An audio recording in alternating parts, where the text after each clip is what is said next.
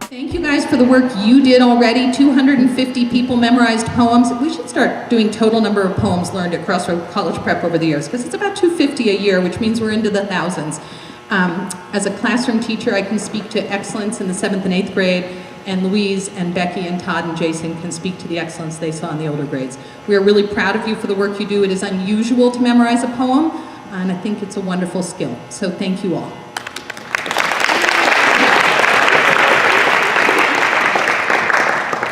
So there are lots of people who did phenomenally well. All of the contests were close in different ways, but the 6 people up here are representing some of the best and most accurate work from the contest within their grades. So we'll give them our attention. We'll go 7 through 12. Obviously being really still helps them. Try not to make them laugh. Look down if you're starting to be amused. All right, congratulations you guys on where you are already. We're gonna start with Moxie Doctor.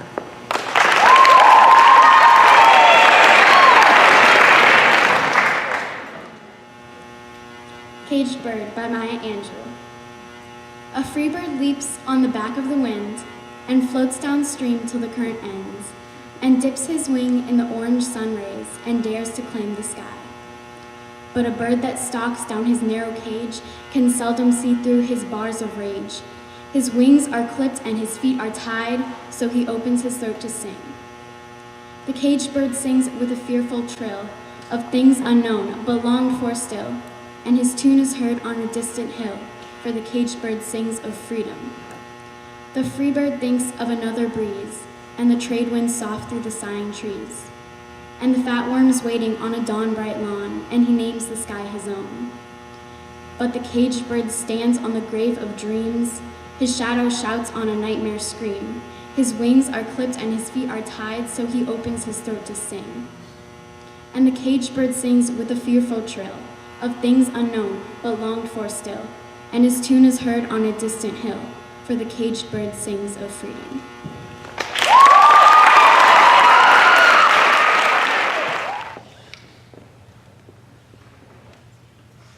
There Are Birds Here by Jamal May. For Detroit. There are birds here, so many birds here is what I was trying to say when they said those birds were metaphors for what is trapped between buildings and buildings. No, the birds are here to root around for bread the girls' hands tear and toss like confetti. No, I don't mean the bread is torn like cotton, I said confetti. And no, not the confetti a tank can make of a building. I mean the confetti a boy can't stop smiling about, and no, his smile isn't much like a skeleton at all. And no, his neighborhood is not like a war zone.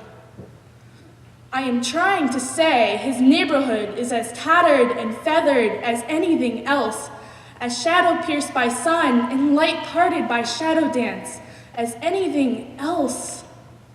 But they won't stop saying, how lovely the ruins, how ruined the lovely children must be in that birdless city.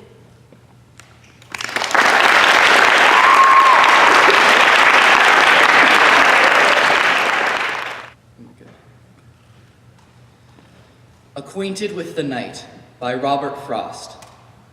I have been one acquainted with the night. I have walked out in rain and back in rain. I have outwalked the furthest city light. I have looked down the saddest city lane. I have passed by the watchman on his beat and dropped my eyes, unwilling to explain. I have stood still and stopped the sound of feet when far away an interrupted cry came over houses from another street, but not to call me back or say goodbye. And further still at an unearthly height, one luminary clock against the sky proclaimed the time was neither wrong nor right. I have been one acquainted with the night.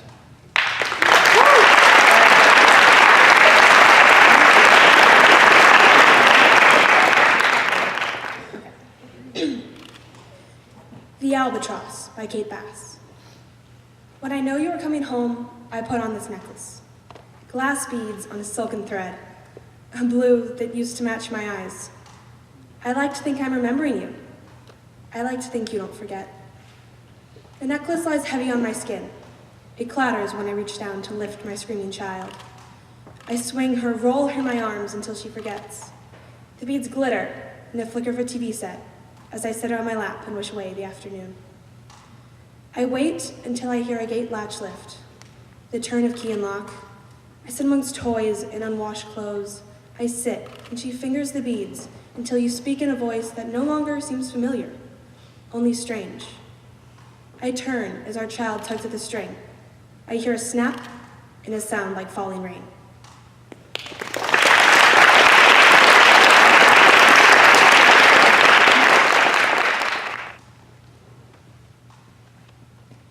I came to you one rainless August night.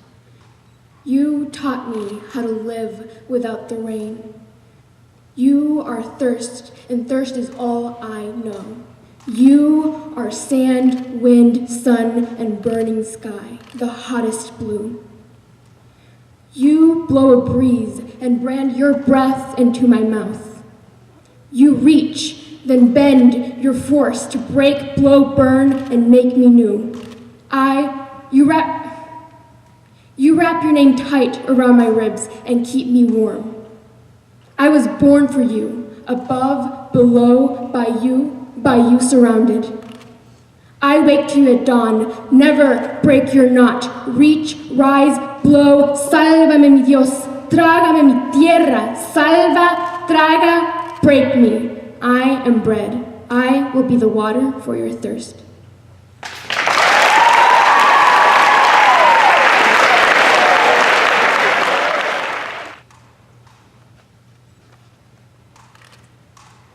The Mortician in San Francisco by Randall Mann.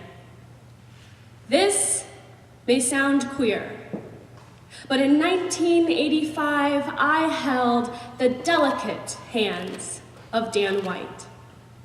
I prepared him for burial.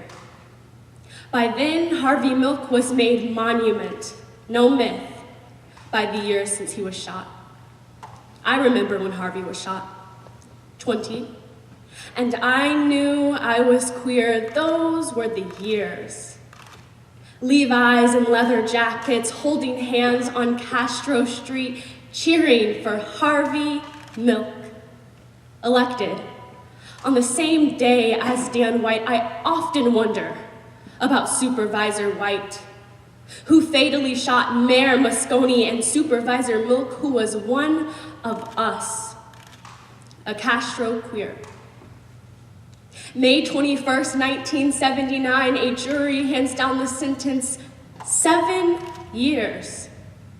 In truth, 5 years for ex-cop, ex-fireman Dan White, for the blood on his hands when he confessed that he had shot the mayor and the queer. A few men in blue cheered, and Harvey Milk? Why cry over spilled milk? Some wondered semi-privately for years. It meant one less queer. The jurors turned to White. If just the mayor had been shot, Dan might have had trouble on his hands, but the 12 who held his life in their hands maybe didn't mind the death of Harvey Milk.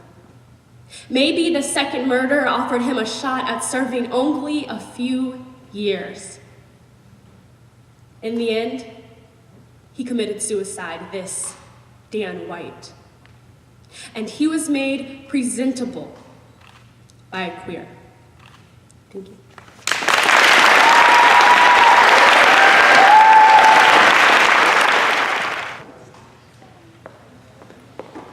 Thank you all. You were a phenomenal audience. We'll let them know before lunch, and if you want to check in with your friends and see the winners, we'll also highlight the winner outside the faculty room down by Ms. G's office. Thank you all.